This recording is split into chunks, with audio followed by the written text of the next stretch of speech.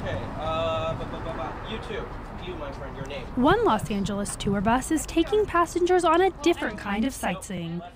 Esotouric Tours, created and operated by Richard Shave and his wife Kim Cooper, explore the grimier side of the city.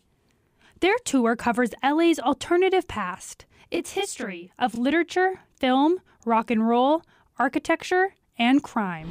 Los Angeles has a deep schizophrenic schism deep within it that a large part of it says those who do not possess wealth, those who do not represent progress, those people cannot know or have access to the truth. Esotouric replaces the glitz of Hollywood with the desperation of Skid Row. There is no celebrity stalking or posing on the Hollywood Walk of Fame. Passengers drink beer in the back of the bus and eat donuts in parking lots. They learn about downtown burlesque theaters, seedy bars, and the triumph of the downtrodden. The disenfranchised, the historically transient and poor. These are important parts of Los Angeles, and these literary lions, Chandler, Kane, Monte, Bukowski, these are all men that starved to death as they found their voice, and this tour is about that. The Charles Bukowski tour is called Haunts of a Dirty Old Man. It's a 4-hour exploration of the beat writer's life in L.A., and Shave has been subconsciously writing the tour since he was 17 years old. This particular Saturday, almost 40 people lined up outside Philippe's in downtown to board the Bukowski bus. Bill Faturos was one of the youngest writers on the tour. I just really like his novels. I haven't read too much of his poetry, and I'm really into Los Angeles history, and I thought this might be a good blending of the two and learning something. Other tour passengers traveled the globe to get there.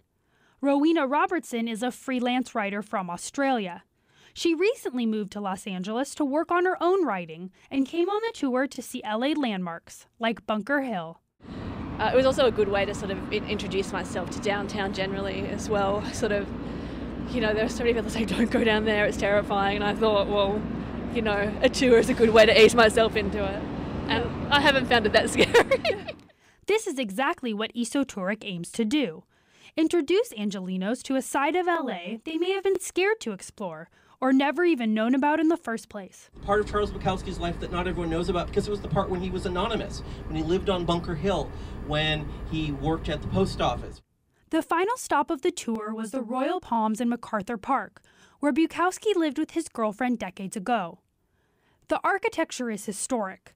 Bukowski's energy, palpable. But when does tourism verge on voyeurism? Royal Palms is now a halfway house for alcoholics, and they have an open house for all former residents, so it's going to be a big shebang. Although Esotouric may sometimes toe the line of personal privacy, it seems only to be an attempt to touch the mythic, artistic, and gritty past of Los Angeles. Sitting in the dining room of Clifton's cafeteria, Shave reads a Bukowski poem. I lean against the wall and watch them. I go outside again.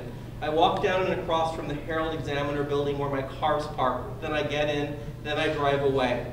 It's Sunday, and it's true what they say. The old gang never goes downtown anymore. This is Haley Fox, Annenberg Radio News.